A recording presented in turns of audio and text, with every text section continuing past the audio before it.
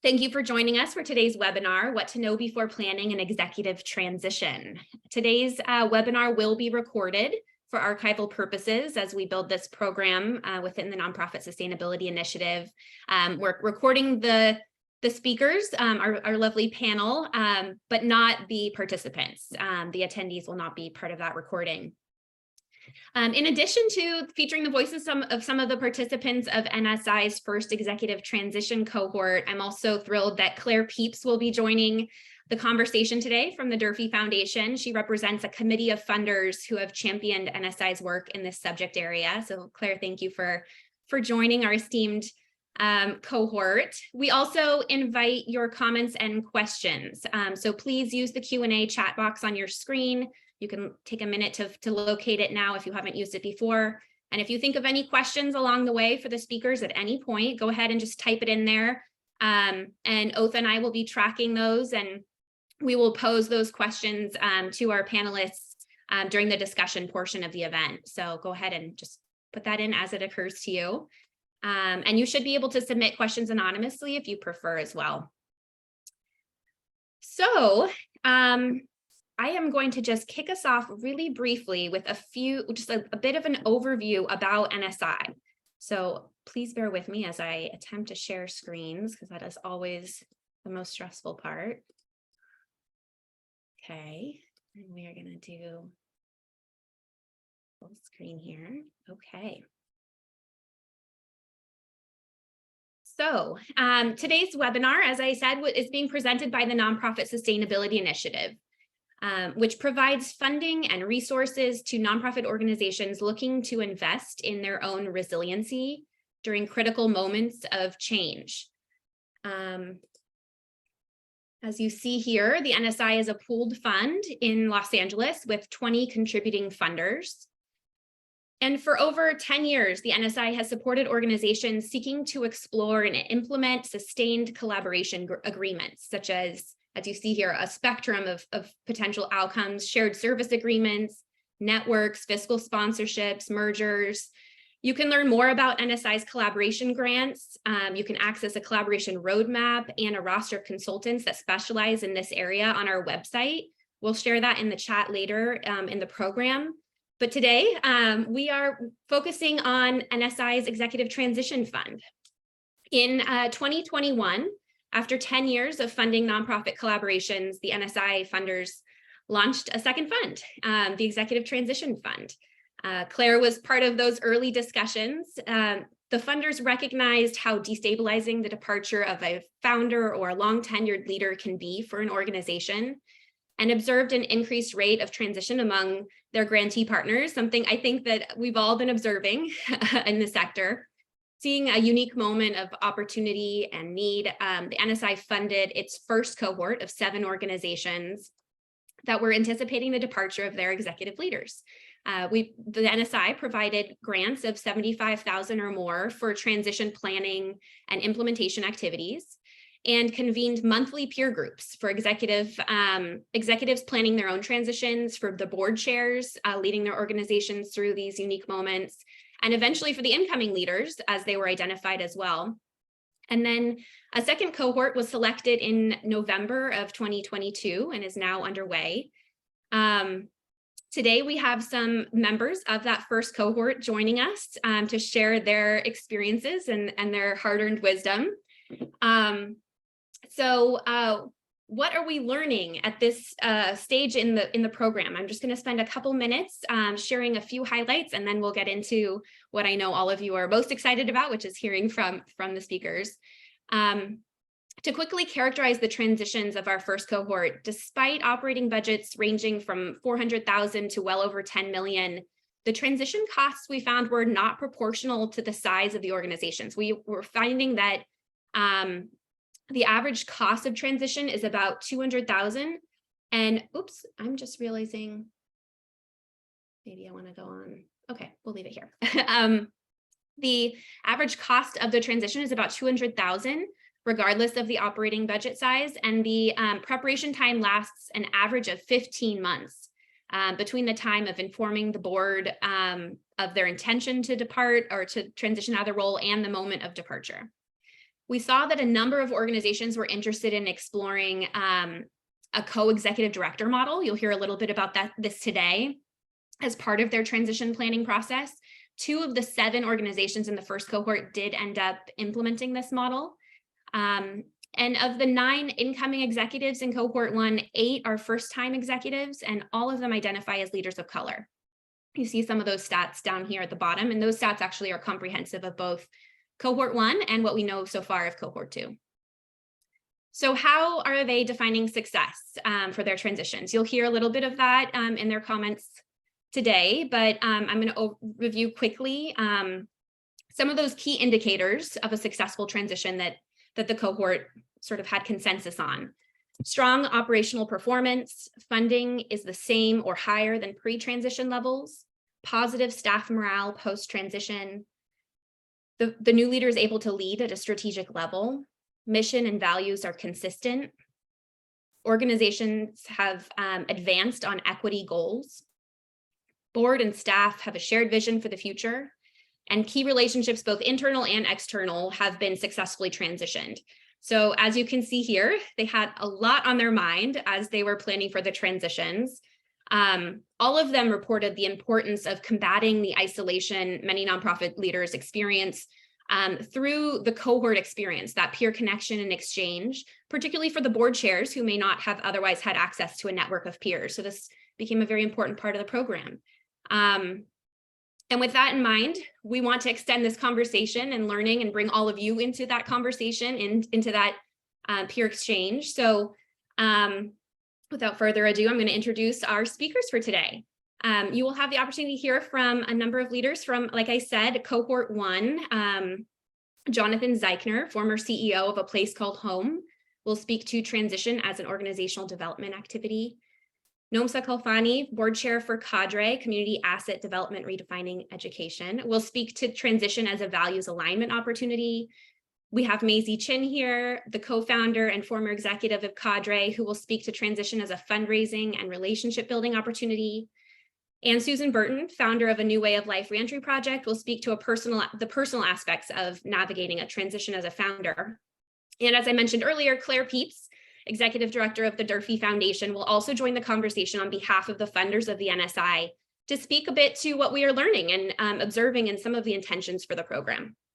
So I'm going to stop my screen share there and turn it over to my colleague Otha Cole, who's going to give us a little bit of a sense of who registered for today, what we know about the interest in this topic. And Otha, why don't you go ahead and... Yeah, thanks so much, Carrie. And good morning, welcome everyone to this webinar. It's the first webinar we did on this, and so glad so many people are able to participate. And before we start with the speakers, we wanted to give an idea of the interest on this topic and pulling from the questions we asked in registration. We know anecdotally that people are interested in this topic, but it was great to see this reflected in our registration data. And just a couple minutes ago, Carrie mentioned isolation is a shared feeling with executives thinking about or going through transition. So it's worth stressing how many people are either interested or either going through transition right now. Isolated feeling, yet so many people are going through it. So here are some of the numbers of the registrants. So 158 people registered, mostly in LA County or California. And then we also had some people even internationally who are interested in learning about this topic joining us today. Of the registrants, we had 33% people said that they were actually transitioning or planning to transition within the next 2 years. Almost 20%, 18% said they're going to transition within the next 5 years. So even so, right there, that's almost 50% of people who are registering are planning, transition within the next 5 years. We have 50% of the people here are interested in the topic just as a general learning or organizational development activity, and then 5% of people joining us, maybe not now, but who registered, have experienced or have recently experienced a transition and they're new to the executive role, so the incoming executives. We have 51 executives who registered are actually planning their own transition. And of those who are planning their own transition, 15% have been in their role for less than 10 years. 12% have been in their roles between 10 and 20 years. and 10% have been in their roles for 20 plus years, and 11% are founders as well. And we, like I mentioned before, we're mostly in LA County, the people who are here today, but we have 30 organizations actually from outside LA County. So we also wanted to get an idea of who's actually in the room with us right now. So we are going to run a live poll right now. And Carrie, actually, can you tell me how many people are actually, I can't see the number, how many people are actually with us right now before you run the poll? We have 58 currently signed on. Okay, 58 people signed on. So I'm going to go ahead and open the poll.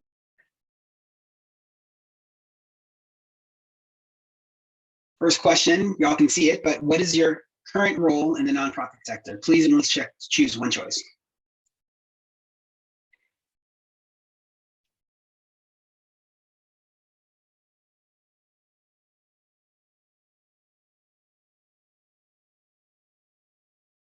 Okay. Second question, do you have experience planning or executing a nonprofit executive transition?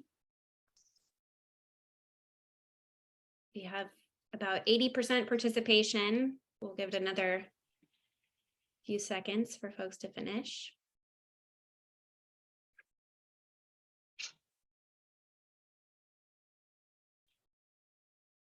Can you all see the results coming in real time, or is that just on my end?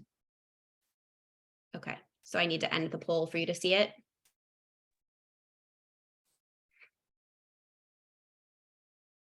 Okay, we have just about full participation here.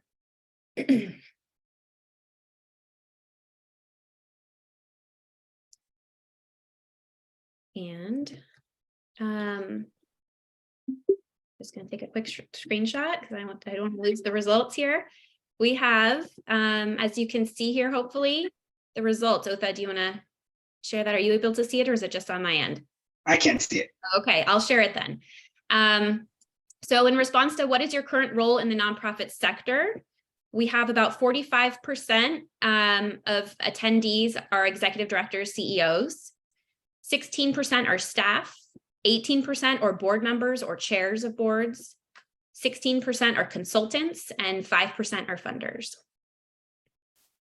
And then regarding the level of experience in this particular subject area, do you have experience planning executive and nonprofit executive transition? About 41% said no. They don't have experience firsthand going through this experience, which is likely why they want to hear from all of you who have. But we do have 20% that have gone through it as an outgoing executive. About 4% who have gone through it as an incoming executive. 18% have gone through it as a board member. 11% have gone through it as a senior staff member. And 9% have actually served as a transition consultant, supporting an organization through a transition. Oops, and I just saw here that I can share the results. Oh, there it goes. There you go. Learning on the job. There you have it. Great. Thanks, Gary. So as y'all can see, and maybe you already know even in your own personal lives and anecdotally, like it's, even though this is an isolated feeling, and we really, part of NSI's mission and the mission of specifically the ET Fund is to bring these conversations out of the shadows and have people feel more safe in talking about this openly, even just by knowing that this isn't really an isolated conversation, even though people are having this conversation, usually in solitude. And with that, I'll pass it back over to Carrie.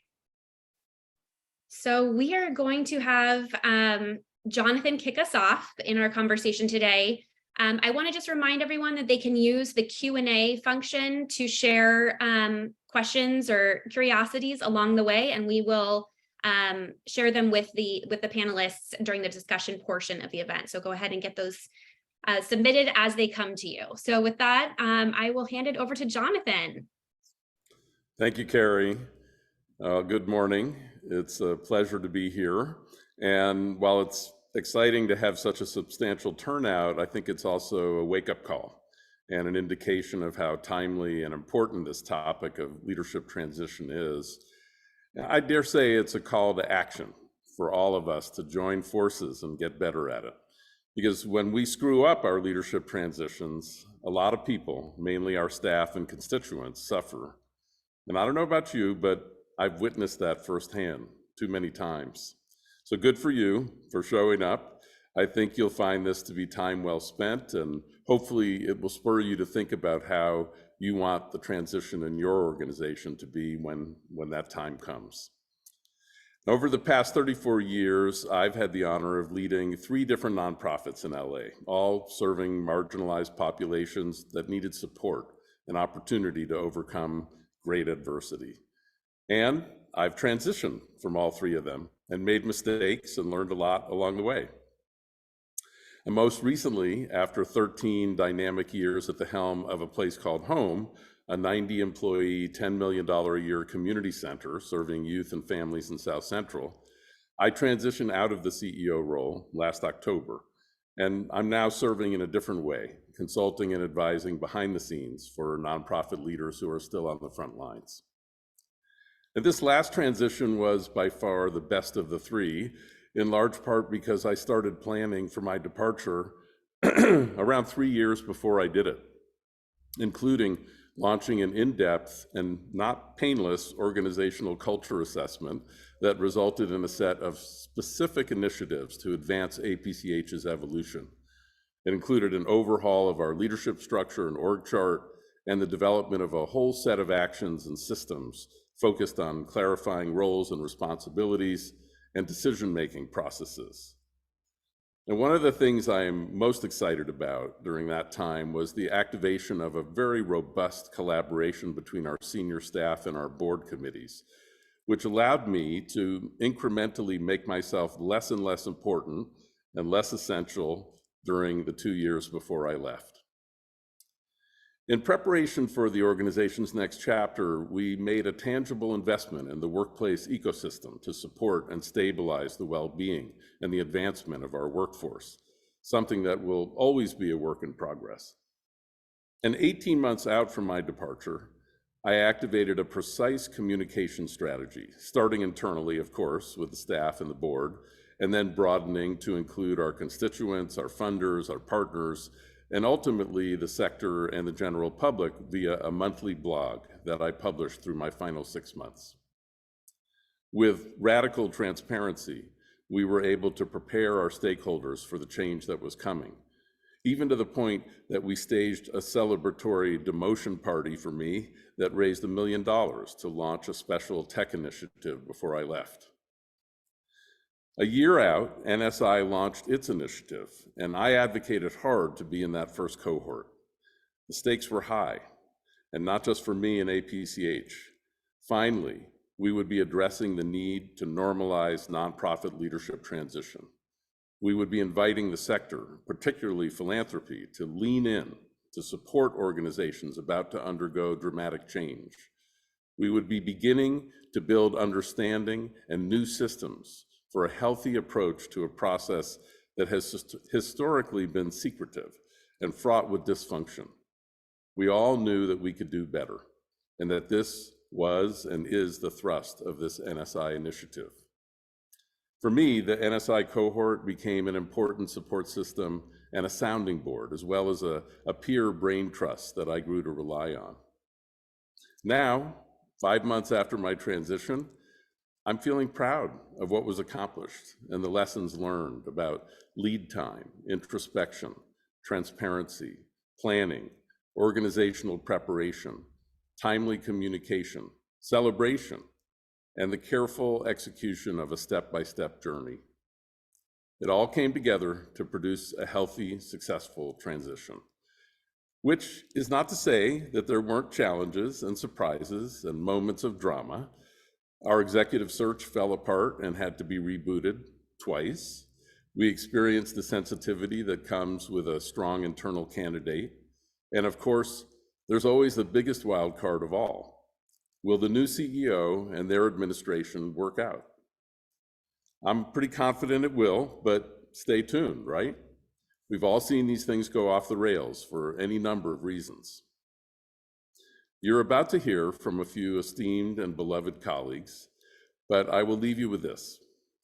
When it comes to this topic of leadership transition, I encourage you to start peeling the onion now, even if you think it's years away. There are more moving parts than you might realize, and there are emotions and other unpredictable aspects to it all that you want to get ahead of if you can. At the end of the day, your transition deserves as much time, attention, resources, and leadership savvy as any other strategic initiative at your organization, and in your personal life for that matter. Think of this as an opportunity to create an important ritual to pass along, one that honors your mission, your stakeholders, your colleagues and supporters, and your own years of dedication and investment. It may not go perfectly.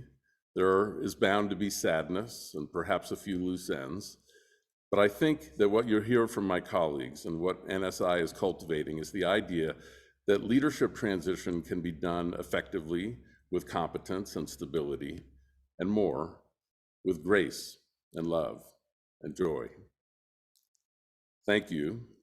I yield the floor to my esteemed colleague, Nomsa Khalfani, and I'll be around for some Q&A later. Thank you, Johnathan. I'm excited to be here with this group, and I will be sharing my experience as a board chair. Again, Nomsa Khalfani, board chair at CADRE. I've been on the board for about 9 years, board chair for about 3 years.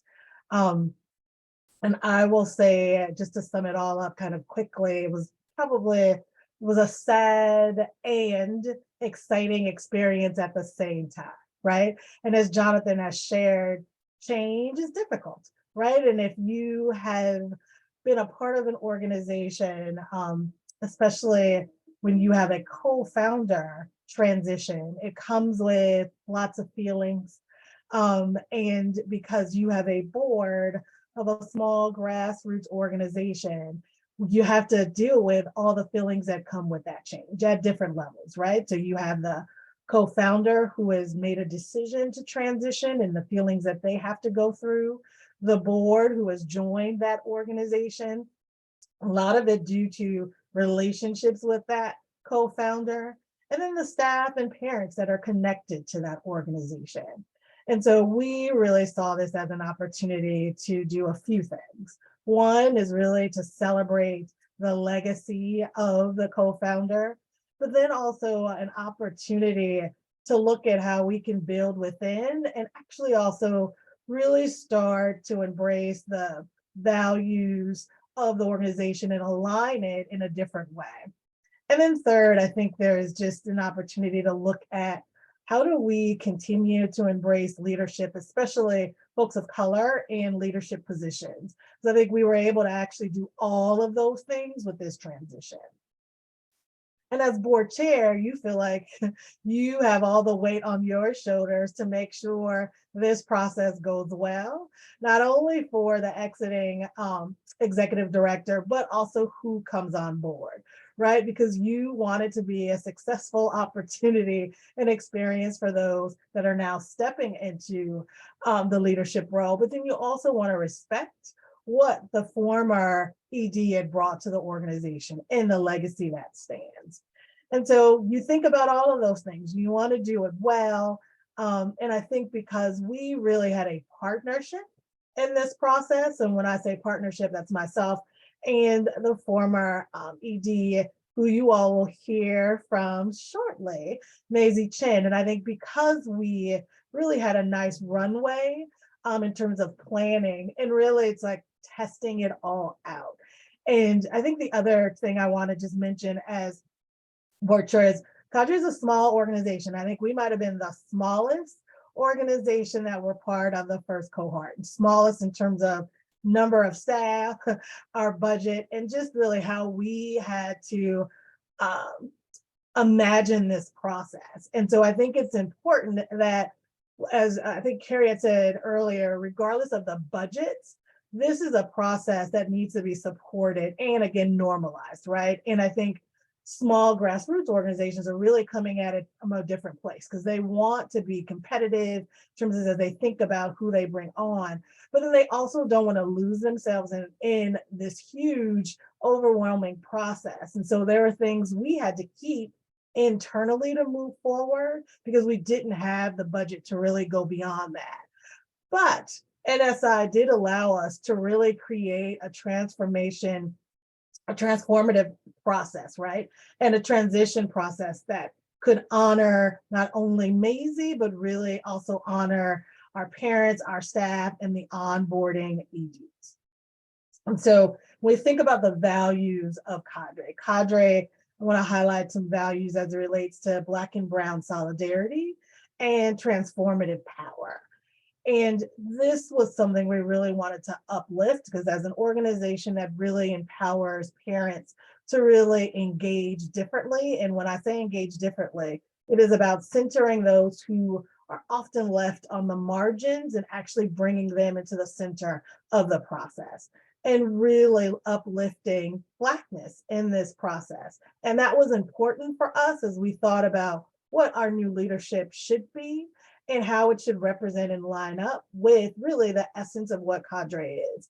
And so it was exciting to be thinking about having Black and Brown leadership that not only matches really the foundation of the organization since its beginning in 2001 to where we ended up. So it is just exciting to be in a place where we could really, and actually not we, Maisie actually got to, I think some people don't like to hear this phrase, but groom someone internally, even though that might not have been the intention, that was really the reality.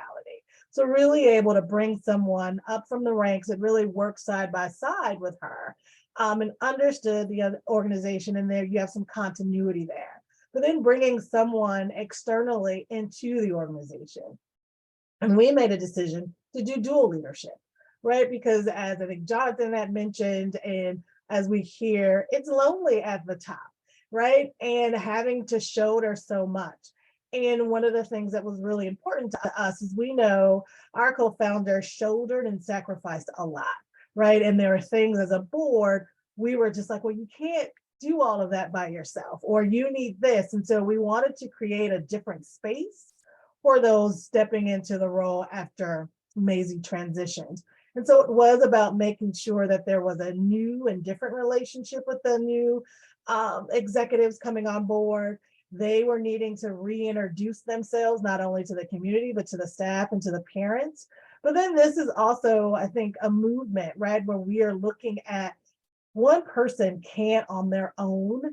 Well, let me rephrase it. I said they can't. They can. One single ED can lead an organization, but there's such a learning to have peers or partners in that leadership role to not only fill gaps where someone is missing, but then you have an accountability partner right there with you throughout this process. And that was something that was really important to us, is when you think about this next phase of CADRE and the work going forward, how do we do that differently?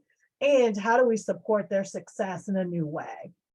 And as a board chair, it's scary to think about you are responsible for the future of an organization and who gets selected to fill the shoes of someone that's been leading the organization for 20 plus years. But I think it's important for us, and what I leave you with is change is going to happen, whether it's planned or unplanned. Transitions happen. And so you want to create a plan that can help you with that. And I think some folks are afraid to talk about succession planning. And we have to normalize that conversation, not just for ED transitions, but when you think about everyone who's part of the leadership team, how do you make sure that bench can step in regardless of what changes are? I think we need to lean into preparing those that are in senior positions to step into executive positions, right? Especially when you think about what's available. And if you are a small nonprofit, you may not have the opportunities to send your team to leadership development programs. So how do you internally create your bandwidth to step up? And then thirdly, I'd like to say, as Johnathan said, communication, communication, communication. This is really not a process that should be in a, kept in a vacuum. But this is an opportunity to have really transparent and open conversations with funders, open conversations with your board and with peers, so that there is full support and success for those stepping into those roles. But then also thinking about like what's needed post transition.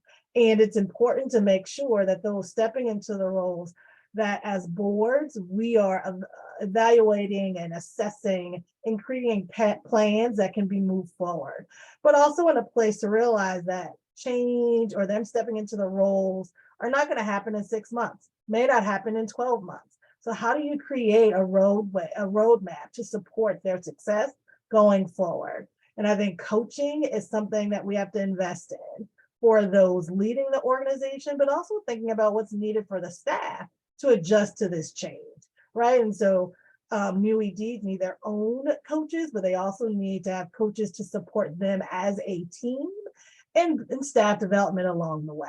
And then what do boards need? Boards need to also understand that they don't need to be in the minutia of every day, but they really need to be part of the larger strategic conversations to advance the organization. And so I'm going to stop there. I'm excited to answer other questions. And NSI really provided me with that support group of other board chairs going through the process. It also helped me where we were in our process develop our plan. And so I am going to turn it over to Maisie Chen to talk about how we were actually able to celebrate her transition in the organization going forward. Thank you.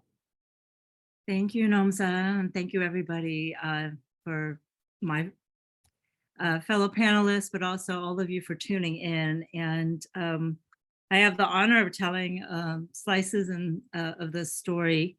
There's a lot to it, as you can imagine, and you'll hear from Susan later. So, there's a whole founder thing, and the 20 plus years is hard to walk away from. But again, my name is Maisie Chen. I am the co-founder and founding executive director, former executive director of CADRE, which is a South LA based parent leadership and organizing center. And most of the time of the last 2 decades, CADRE was making an impact on education and racial justice in education. And right now, I am experiencing my year of transition, as Johnathan is, and my first 8-10 months of that. And I have the honor as well, and thank you, Carrie and Claire, for inviting me to do this. I'm supporting the transitioning leaders who are in the second cohort right now through their monthly meetings and coaching and peer support. So I just wanted to kind of add a few things, and I can't help it, but I'm just gonna keep it very real, which is that this, I don't know if people ever feel like there's the luxury to plan your transition as deeply and as rigorously as you plan starting an organization. And I don't know if I did that, but I will say that I had a vision of how it would feel, not necessarily who, I didn't have the people and the names and all the circumstances lined up in a vision. But I certainly knew 24 years ago when CADRE really took root, how I wanted to leave it, and namely how I wanted the values to be felt in the organization. Not just the community, but the staff, anyone who involved, anyone that had interaction with CADRE.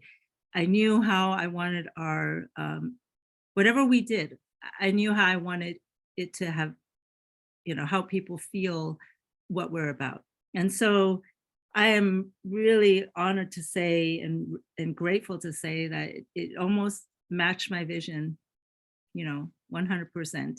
I don't think I envisioned co-directorship, but I certainly envisioned passing the organization onto a Black ED. And so we got that, and it kind of came out better than I imagined, actually. And I would say that part of that is actually viewing it as an organizational growth opportunity and not some kind of death or some kind of, downsizing or some kind of, and people did that, I was, whether I wanted to be or not, I was often the face of the organization, and, first name basis with so many people. And it is overwhelming to think about how to pass that on and how to transform this. So I actually did similar to Johnathan, gave like what turned into a 4-year runway with the pandemic, but it was a 3-year plan. Asked the board even if they want to stay on the board for this, because it, wasn't what they signed up for. And once, I made those rounds, then we embarked on a 3-year plan that also included organizational development. But certainly, and I also what I started to do was anytime we started having fundraising renewals that were about 24 to 18 months before I thought I was going to transition, and then that renewal I knew was going to go beyond my tenure, I started to tell people, because I had become thought partners with our funders. It wasn't just like a transactional relationship. We were actually partners. And at that point, it was very hard to not be transparent. It's very hard to tell you what we're going to do, knowing full well that I wasn't going to be there. And for me personally, that transparency was scary at first, but it helped me fundraise. It completely morphed into kind of like the next iteration of my founding, leadership, if you will, which is that I wanted to model this transition with the same values as CADRE became known for, with the same type of collective participation that we're known for, and with the same kind of principles around equity and racial solidarity, community-based, bottom-up leadership, and really bringing people into the movement that had not been part of it before. And so I think we did all that with CADRE's transition. And again, I began to speak about it as such. And I think we might have been the luckier ones. I know it doesn't always work this way, depending on the funders, but we had a lot of funders that had no problem with the transition. They were excited. They knew I was tired. They knew, they had watched me. Many of them had funded CADRE for many, many years. They probably were wondering when I was going to transition. And so, it became sort of a meeting of the minds, as opposed to some kind of sense of loss or some sense of some kind of inevitable, failure that was on the horizon. It turned into an inevitable opportunity. I think everybody wanted to see how CADRE would fare under new leadership. And so I spent a year, I told the staff a year in advance, and then I made it public about a couple of weeks later. And so I had a 12-month public runway to be fully transparent.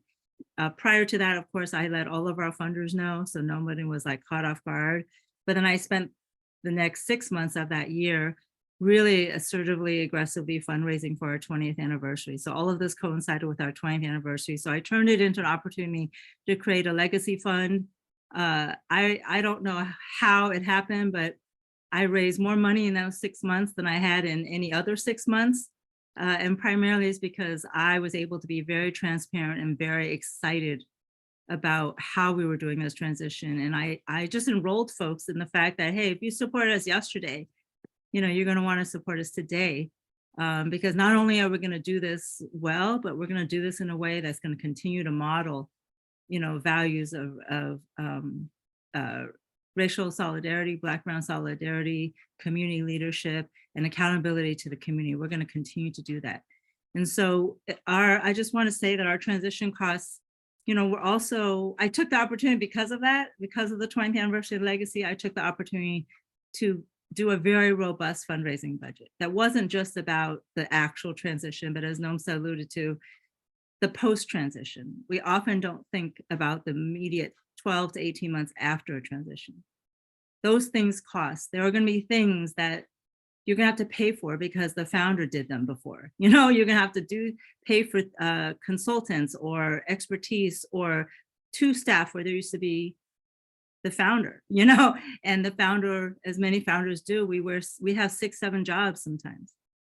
And so when we leave, there is a hole. So we upgraded our operations before I left. We shored up our development, practices before I left. And we did all of that with this mind to have it build up a relationship between these outside experts and the new leadership so that there would be continuity after I left. My goal was to, like Nomsa said, support everybody on my way out.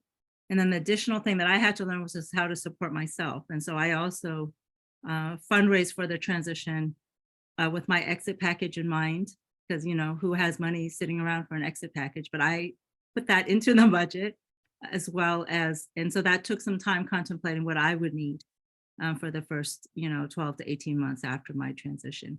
And so it was a full picture. It was people centered, not just executive centered, it was everybody centered. And my goal, my theme was that we walked out of this transition and into the new era with more people involved, more power, and certainly more energy than even before. And I did this when several of my friends and peers were also doing it, and many of us have been able to transition into an opportunity. And I hope that is a sign of things to come. As Johnathan said, the more we normalize it, the more we can do that. And the more that we can actually go into our executive directorships with our transitions already in mind. And the more that we can do that, the more we can prepare our staffs and our constituents and our funders to be collaborators, and as opposed to competitors. Or the nonprofit industry is so wrought with competition that transition often feels like you're going to suddenly be at a disadvantage. But in fact, it's actually, for us at CADRE, it was an advantage. I somehow managed, and thank you to NSI, because I think the peer support really emboldened me in my thinking, to really turn this into an advantage and be able to do it in concert with our board chair, and know that both of us were being supported to think about our roles was actually very, very critical. So I just want to say that I don't know if we could have turned it into such a huge opportunity if the board wasn't also being supported at the exact same time. So I do want to put in a plug for that. That's a unique model, I think. And I just really want to say that that's what put us all on the same page. And we just all walked and talked opportunity. And we certainly had, I don't want to be Pollyannish, we certainly had people who were scared. We had board members who couldn't see the organization surviving past my departure. We had to go through all of that. But again, because we had a vision of what it was going to be, it was easier. It was easier to think about this, enroll people in this vision of our horizon for the organization, as opposed to some kind of sunsetting or some kind of end. So I jumped around a lot, but I hope I covered everything. And I know we're going to talk more through Q&A. And certainly, I want to say that without the funders, we couldn't have had this. And it's my honor to turn the mic over to Claire Peeps of the Durfee Foundation. Thank you, Claire. Thank you so much, Maisie. That was so inspiring. And I'm so grateful to be here with esteemed colleagues this morning and to be learning with all of you. As Carrie mentioned at the start, I'm here as a representative of the funders pool. Durfee is one of the co-partners, but there are many others: Weingart, Parsons, the Deutsch Foundation, Cedars-Sinai, and others. And we have been keen observers of this experiment for the past couple of years. Please know that we hope to bring other funders into the fold, because we have learned through this that this is a very effective model, and the proof's in the pudding. And because evidenced by the high numbers of people today, we know for certain that we are in the midst of a tsunami of executive transitions, that this is a critical moment right now. I want to affirm what Maisie said, her observations about the problematic role that foundations have played historically, unfortunately. We funders have had a practice of leaning back into a wait and see mode in the midst of transitions, which of course, in turn, causes nonprofit leaders to have to lean back and to keep transition under wraps as long as possible, which doesn't work. We know that the exact opposite is what's actually needed. Funders need to lean in to bolster nonprofit partners and to help ensure a steady process toward a successful outcome. And nonprofits need to lean in well in advance to be prepared for change. So investing upfront goes far beyond recruitment. It begins, well, as we know, well in advance of the active transition timeline, as well as continuing several months after, as Maisie just noted. In fact, succession planning really should be a fundamental, ongoing organizational practice that involves organizational development along multiple parallel lanes, staff professional development, board development, resources for balance and renewal to keep people going, and practical competency and training and policies that embrace diversity, equity, inclusion in every aspect of the organization. We know that attention to this is particularly important for historically white-led organizations that hope to become more reflective of the communities they serve in their hire of a new director. There's risk of setting new leaders up for failure if the organization has not already prepared by operationalizing and integrating values around equity and inclusion well before the hire is made. Quick side note, as Carrie noted, we've learned, as we suspected, that transitions are very expensive. On average, the cost of a transition is $200,000, which gives people sticker shock. And that's actually the baseline, and it can go up. And I want to point out that a failed transition is even more expensive because you have to go back and do it all over again at a moment when the organization is destabilized, demoralized, and probably financially hurting. So it's all the more important to get it right by investing intentionally and upfront. I'll close with this. The fact that 158 people registered for this webinar gives me enormous hope. The first cohort of this program was assembled by nomination from funders because we feared that organizations would be wary to let funders know that they were on the brink of this discussion. And so for the second cohort, we opened the application to test the waters, and we received 36 applications in a very narrow window of time eligibility, and calls from an additional 20 to 30 others who said, is there going to be another round after this? You know, I'm next in line. So here we all are today. So this gives me hope that I think we are beginning to normalize this practice and to embrace the idea of succession planning as a good thing that we all need to be doing. And hopefully, as Johnathan so beautifully suggested, to do it with grace, love, and joy instead of with fear. And on that note, there is no more graceful, loving, and joyful person to pass the baton to right now than Susan Burton. So I pass it on to you, Susan. Thank you, Claire. So I'm Susan Burton. I'm the founder of A New Way of Life Reentry Project. And I founded the organization 25 years ago. As a founder, I guess we all work tirelessly, you know, as EDs and founders to make sure our organizations survive and are effective. One of the things that happened for me through the work of A New Way of Life and as a founder, I sort of lost Susan and became a new way of life. And, you know, so when we got to thinking about transition, for me personally, I had to, I guess, sort of go into this like mourning piece and grief piece where I separated my identity from the organization. And it was really, really difficult. I had to go out for professional help to help me understand how to do that and talk through some of the emotions and feelings that I was having. So I had tried to actually make this succession several times before successfully doing so. Actually last year. So the NSI support was just so beautiful for me and powerful for me and the two people we have co-directors at A New Way of Life that took on the organization. One of the things that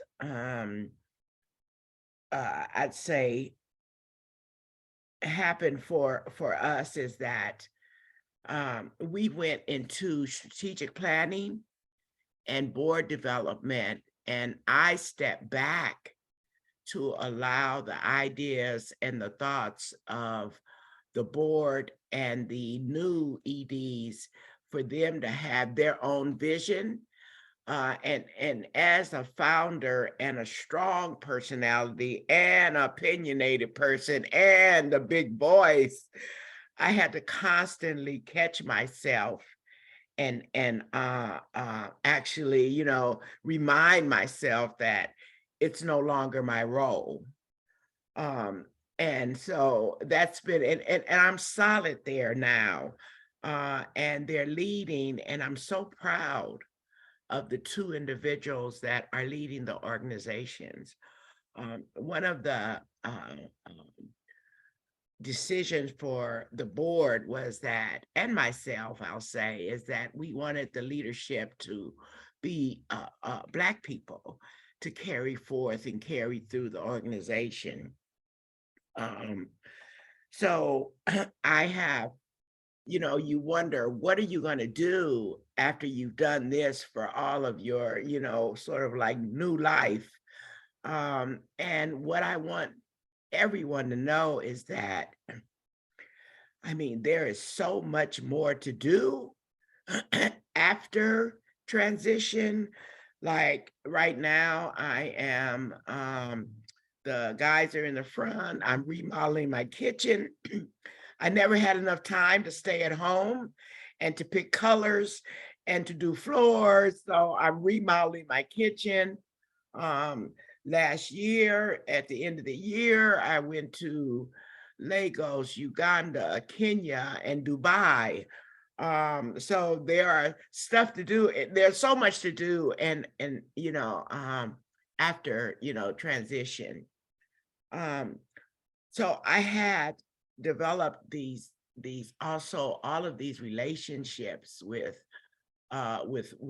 people, and not only, you know, they were not just funder relationships, they were friendships, and passing those relationships over to the new co-directors, you know, has been, you know, keeps, you know, has been a joy to see how people understand it's time for me to leave.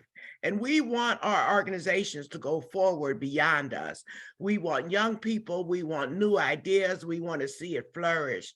So the funding community, as Maisie actually talked about, has been super supportive and thoughtful about making sure the organization succeeds.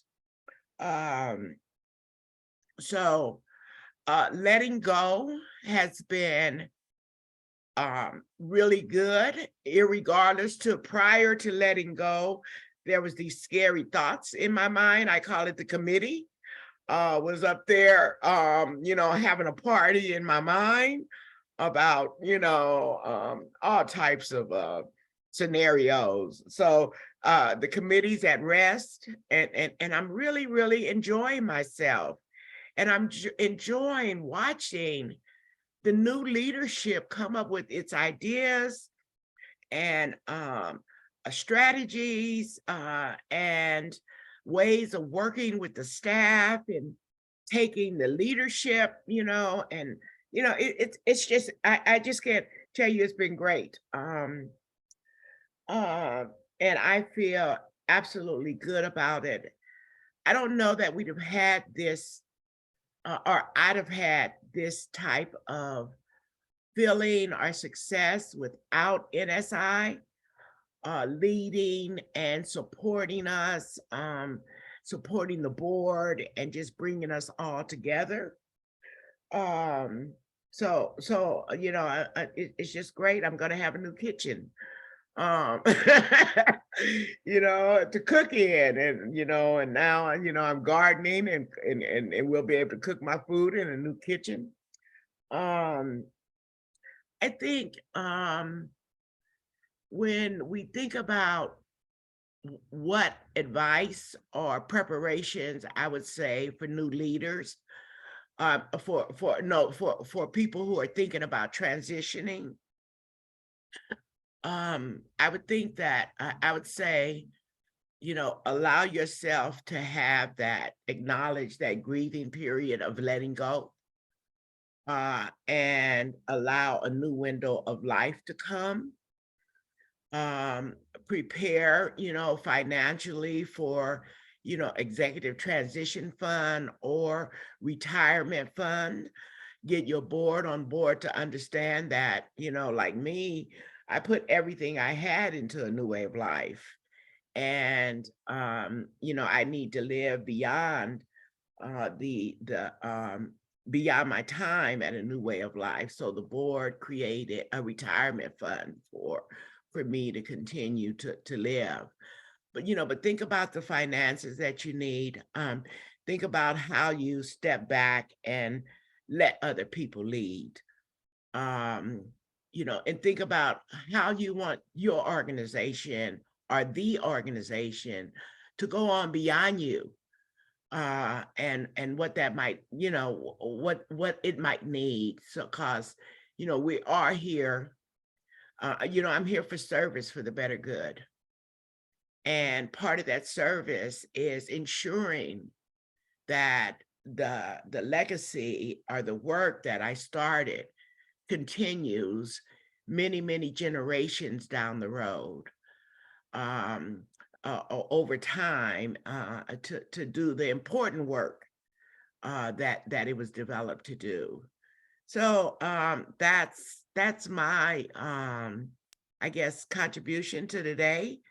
But again, I want to thank NSI for all of the resources and skill set that you poured into all of us to allow this transition, our transitions to be successful. And I hope that it reshapes how I think it's already reshaped, because Maisie talked about how, you know, fundraising was so great and people were so supportive, reshaped how the foundation world thinks about, you know, supporting folks through transitions. All right, that's my to-do. Beautiful. Thank you. Thank you to all of you for sort of sharing so generously about your own experiences and reflections. We have a lot of questions in the Q&A. So I'm going to tag Nomsa to kick us off with trying to address some of the questions around co-executive directorship. And Maisie and Susan, feel free to chime in as well, since both of you also obviously have experience with that process of navigating and transition to a co-directorship. Great, thank you, Carrie. It's like, so in the question had to do with, you know, some understanding from what they heard about frustration or concerns or kind of growing pains that exist with co-leadership. And I think what comes up quite a bit is like this question of where the buck stops. Who, if you have two EDs, are they really both leading the organization, or is one of them really the lead and they may just be getting support from the other? At CADRE, we have two executive directors. We have an internal, or the deputy director, who had been working alongside with Maisie for several years, many years, was really promoted up. So he was our internal candidate. And then we did an external search for his partner. And really in that, we were looking at, we knew what the internal candidate, their strengths were and what they were bringing. And really it was like that second ED was filling in the gaps, right? And so really, how do we create this team together? And it really is about that team partnering to lead the organization. They both have key areas that they lead, and they come together on more strategic conversations, right? And decisions that need to be made. One of the things, though, which has just come up recently that I actually do want to talk to them about doing, I think they have done it naturally, but I want to actually formalize it, is where they actually have a co-director agreement, and that they are agreeing to certain things with how they make decisions. And so really it is between them, unless they get to a place where they are stuck. The good thing is they also both have coaches that are working with them individually, and then a coach that will work with them together. And I think that's also a place where they can talk through, work through any kind of points or bottlenecks or where they get stuck. But at the end of the day, it is they are to be presenting and working together as a united front, so that staff don't get the impression that they can go to one without thinking that they are not talking, or that, it's like you realize, if kids, they go to the one parent that's going to say yes and think they can bypass the other one, where they don't get to do that. So like, there's no secrets, there's nothing that's kept away. They are coming together. And I think the more you continue to build that trust, because I will say it is about building trust in relationships, and how are they going to deal with problems? How do they understand each other's styles? That's part of creating that partnership of having two EDs, really. And it's also, it's like creating the accountability for them to lean into each other. When there is an area that one needs to step in versus another.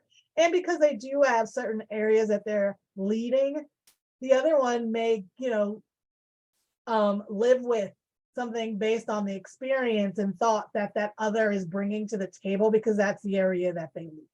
And so I'm not saying that there are never going to be things that they don't disagree on. I think it is the how, right? And how do you get to a place of consensus that then supports and continues to advance the work going forward? But I will add, I do think it is valuable to have that agreement. And that agreement is not about planning for the worst. It's actually really about acknowledging how those two leaders come together as one and continue to trust each other in a way that wouldn't be done without that. And so I think it's just important to think about those things. And that was also important, is like, we are putting together two people that had never worked together before. And part of the recruitment process was that they were going to have to present something to us. So it allowed them to have some time together, but it also gave us just a quick or a sneak peek, right, of how they could come together in a short period of time, because you do that on the spot quite a bit in that role. And so I will say, how many months now are into this? I can't even remember now, but I think so far so good. And I think it's also about how do you create that space to support them with the board as well, beyond just how they together learn how to work together. Carrie, Oh, go ahead, Susan. yeah, I'd just like to also weigh in. So we brought two people up through the ranks of A New Way of Life. They had been in the organization for 10 years, over 10 years prior to taking the lead as co-directors. And they had worked well together already. But we did bring in coaches, and we did bring in a coach for them individually, and then a coach for them collectively, to help them create a workflow and a way of working together that suited both of them. So I just wanted to add that to what Nomsa said. Great, thank you. I'm going to queue up two questions. Maisie, if you could quickly provide some context to some of what you were sharing before, of like the fundraising campaign, curiosity about the number of employees, board members, and the size of CADRE's budget. If you could just share those quickly. Oh, okay. The details about CADRE. Well, we were small. We did not even have $1 million budget when we started the transition. We were probably knocking it, but not quite there. There were about 8 employees. 7 board members. And then I had been there, as in one form or another, for nearly 21 years by the time I transitioned. And I would just say that, and I did look at some of the questions. I'm going to take the opportunity to say that the internal candidacy that we're talking about, and sort of how it was really due to the size of our organization. It was important for us to have that continuity because we were so small. I really did feel like, everyone could leave, it was that big of a potential impact. And so because we were small, because we had a small budget, things could turn on a dime with, something that just didn't fit. And so we needed to take our time. We needed the transparency. We needed to involve everybody. Once we announced that the internal person was going to be promoted, I think there was a sigh of relief, and I think it contributed to the retention of most of our staff. And then I, coached that person to check with all the other staff to find out if they were planning on staying or if they were planning on leaving, and just being very transparent about it. Because when you're a small organization, one person leaving, even at whatever level, it can make a huge, huge impact. And so, so we just did it with full transparency, I think, is the theme. Thank you. Johnathan, I'm going to tag you to answer a couple of the next questions, and then if others want to chime in. Question around readiness. How did you know? What were the signs that you felt ready to transition? And then also questions around sort of the length of overlapping time, and others can chime in here as well. But in terms of like sort of what the consensus is with the cohort, that discussion, if you could share a little bit about some of those observations. Sure, thank you. Knowing it's time. Well, I've always felt that a nonprofit should quite regularly ask the question, why does it exist? And is it still relevant? Because conditions change, the needs of constituents change, the external factors change, politically, funding, COVID, George Floyd, all of these things have an impact on your relevance, your capacity as an organization. And likewise, I think executives should ask that question on a regular basis. Am I still the right person at the right time? Do I still bring the passion, the exuberance, the ideation, the capacity to lead this organization where it's going, not just where it is? Can I muster the energy to respond to what seems to always be the growing need of the constituency of the organization, the changing needs of the constituency of the organization, the new complexities and challenges that nonprofits are facing all the time. So, and I'll add one more thing, which is, what about on a personal basis? I love hearing Susan's story about her kitchen. What do I want to do? What are the things I put on hold for 35 years that I'd like to get back to? How has my family struggled without my presence at times? What is the need that I have to nurture my own spirit and to move on to other creative things? And how can I serve for the rest of my life? What do the next chapters look like? So it's a combination of all of those things, and I think it boils down to the fact that you know, and if you can pay attention to that voice inside you, maybe not the whole committee that Susan talks about, but that inner voice that tells you when change is coming. And it's always better for you to get out in front of it, right? And not have it happen to you, but have the opportunity to guide it and be the author of that change, if you can. Of course, there's always wild cards, but intentionality is what it comes down to. So I hope that answers that. Now, in terms of, from my perspective, others I'm sure have others. In terms of overlap, I mean, I think it is different for different organizations, and different for different transitions. I see the question too about whether founders or current ED should be involved in the decisions. I think that's related to some degree. In our case, we formally set up a 3-month open channel with regular meetings between me and my successor.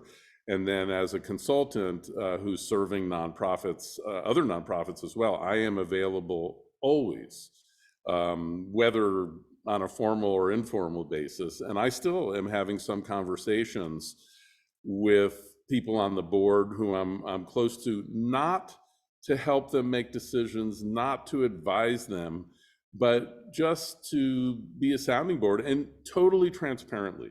I think you have heard every single panelist here use the word transparency about 10 times.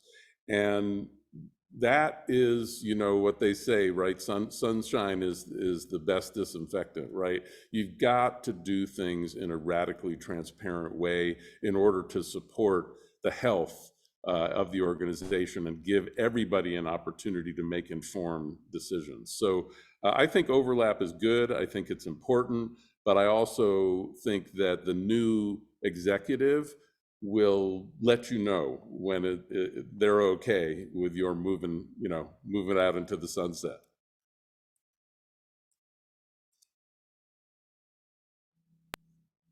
Gary, can I jump in for one of the questions? There's a question in there about kind of the timing for grooming internal. And I'm going to answer this question a little different than kind of the NSI process, but just kind of putting this in the universe. I think organizations, especially nonprofits, should be thinking about grooming their senior team. It should be an ongoing process. It shouldn't be something that you just start to think about as EDs or CEOs are transitioning. Really, it should just be built into and part of the fabric of the organization. Should always be thinking about how to support the professional development of those who are seen as either the EDs, like right and left hand, or thought partners internally. So I don't think it is something you necessarily set a timeline to, or oh, now I need to start thinking about this because I'm thinking it's time to transition. I think it should just be part of what you do. If you have selected these folks to be part of your bench to help you lead the organization, then you should be preparing them to either step into your role or similar role, even if it's outside of your organization.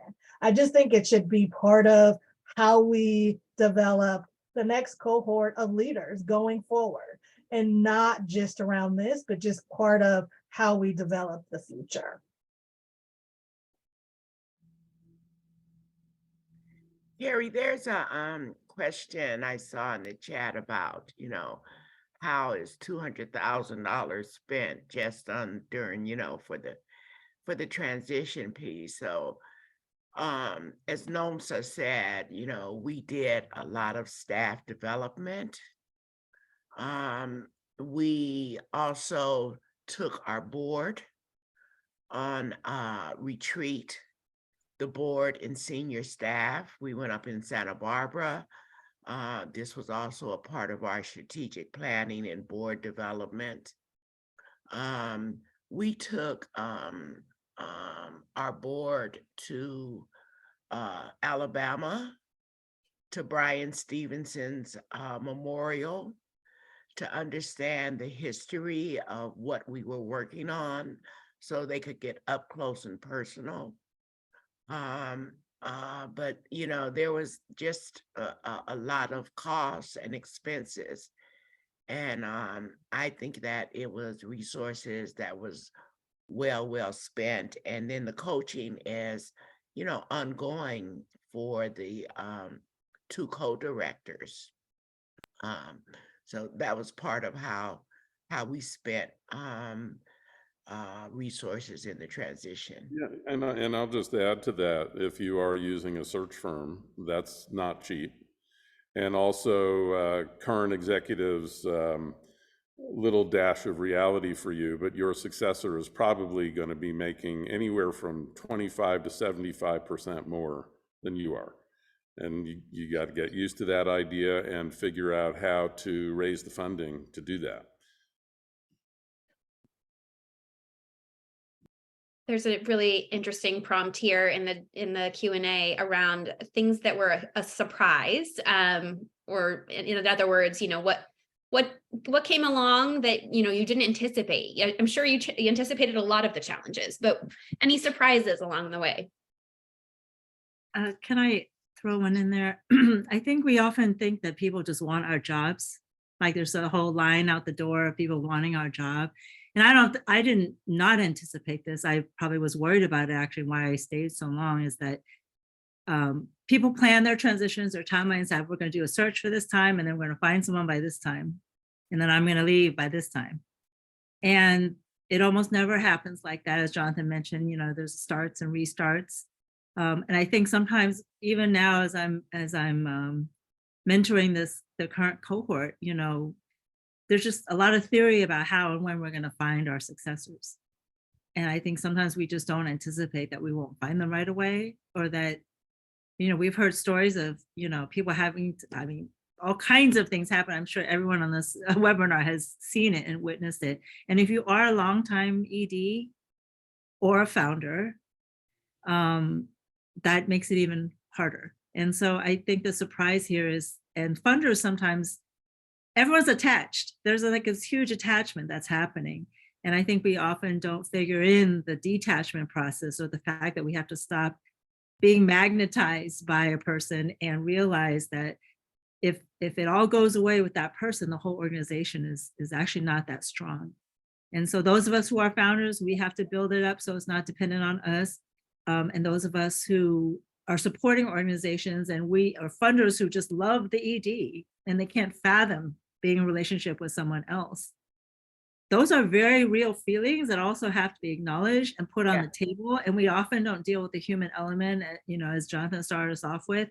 We just don't often put them on the table. And those often lead to unexpected delays, surprises, that people don't want your job.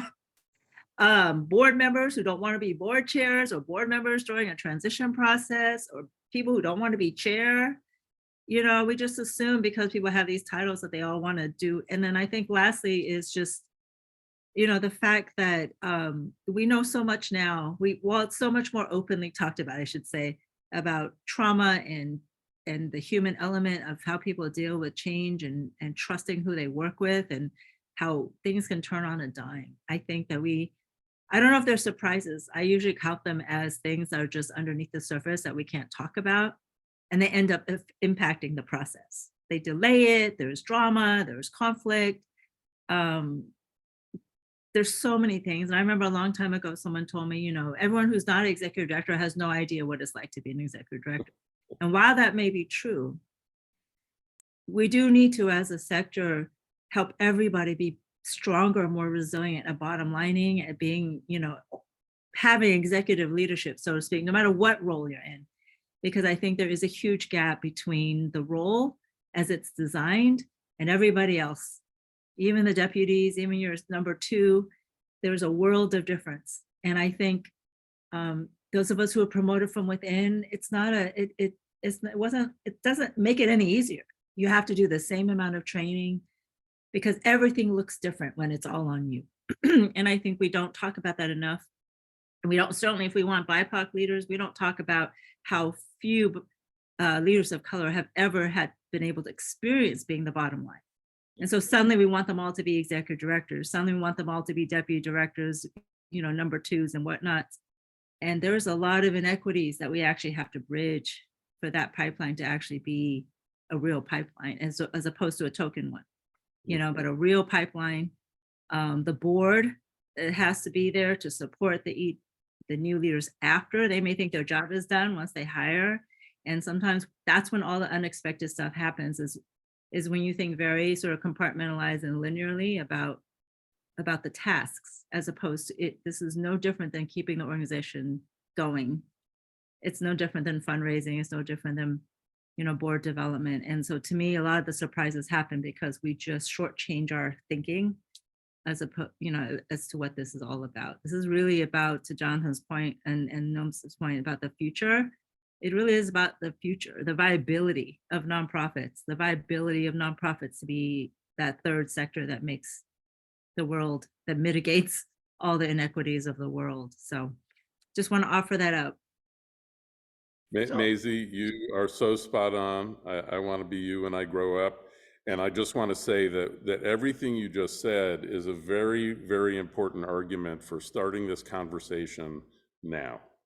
And I see the question in there about how do you deal with a transition that's in crisis, an emergency where you only have a few months and sometimes even only a few weeks. That is a whole other conversation. I mean, we really could go for hours on this. And I hope that you will find the help that you need, because that is a very stressful situation.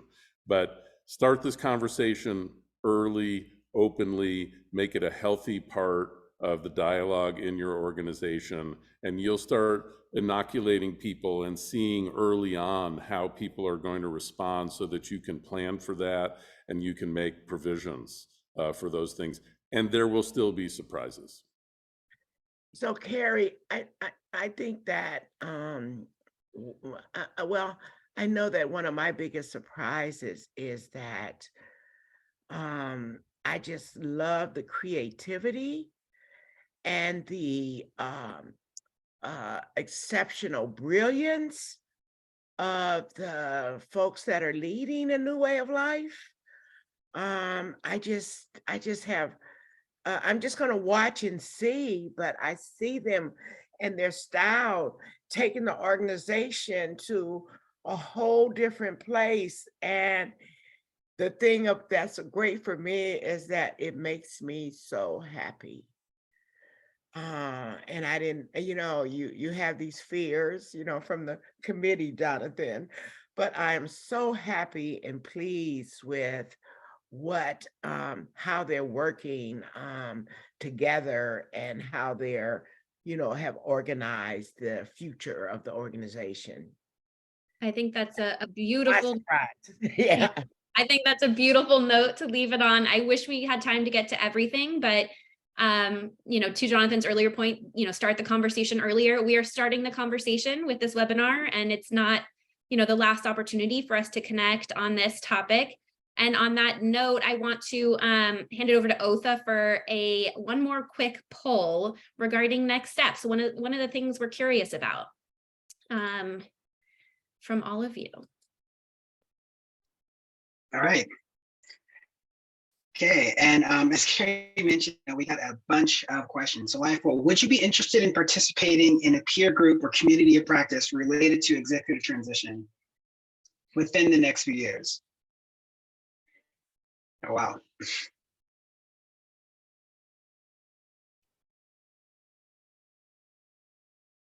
We'll give you just a few more seconds. We have nearly everyone.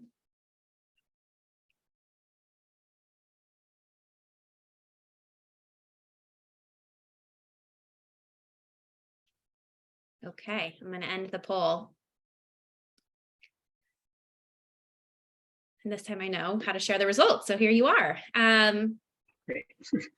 Quite a few of you are interested in this as a potential next step. So this is a big part of our conversation around next steps for this program and finding ways to build space for this conversation. And so grateful to all of you for your enthusiasm and showing up and signaling your interest. I am going to close us out with the last few minutes with just a little bit of information about some resources that are available to you today. As you are hopefully energized by this conversation, we want to support you in the next steps. So just to highlight a few things, give me one moment to share my screen, of course.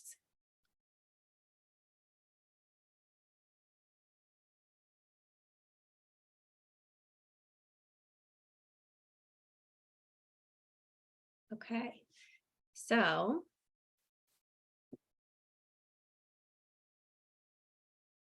as you see here, one of the things we have on the NSI website is a transition roadmap, which outlines key activities over the course of an executive transition, as well as key considerations during each of those phases, and links to applicable resources on those topics. This roadmap was created in partnership with Cohort 1, who graciously shared their real-time learning with us as they navigated their own transition. So this is applicable real life information, and I encourage you to visit it. It gets into the weeds, things that we weren't able to cover in depth today, you can find on this roadmap. So just wanted to share that with you. We also have a video library of transition stories on topics such as the personal aspect of transition, setting up a new leader for success, preparing for a thoughtful transition, how organizational values show up, and common challenges. A lot of the themes that we touched on today, you can hear from some of the folks from today's panel, but also others within the cohort that are speaking to these topics. So feel free to kind of peruse that in your own time. And then also we have a growing roster of consultants that are working in this area and information about their values, their practice, related experience. These are not just executive recruiters, although there is, some executive search function represented among the consultant roster, but also executive coaching, board development as it relates to transition. So feel free to spend time using that resource. And then in response to what we're learning, and this is one of the questions that came up during Q&A, was around exit compensation. This came up today in our conversation briefly, and there was curiosity about learning more. So in response to what we're learning, we recently developed a short resource to support organizations considering their options when it comes to exit compensation. And as a participant in this webinar, you will be among the first to see this resource. We'll share it with you in a follow-up email along with a short participant survey. So keep an eye out for that in the next couple of days. And then in the near future, you'll also be able to find this resource on the NSI website. And if someone hasn't already, I will go ahead and put the website here in the chat. It is nsifund.org. So that is pretty easy to remember. There you have it. So I just want to close us with gratitude. Thank you to our speakers, to Johnathan, to Nomsa, to Maisie, to Claire, to Susan. Thank you for taking the time to share your wisdom with the broader field. May you inspire many more open conversations on this topic and a more resilient nonprofit ecosystem as a result. And thank all of you who attended for making time and space in your busy schedules for this important conversation. We are cheering you on. And please keep an eye out in your inbox for a follow-up email, as I mentioned, in the next couple of days. We'll be in touch soon. Take good care, everyone.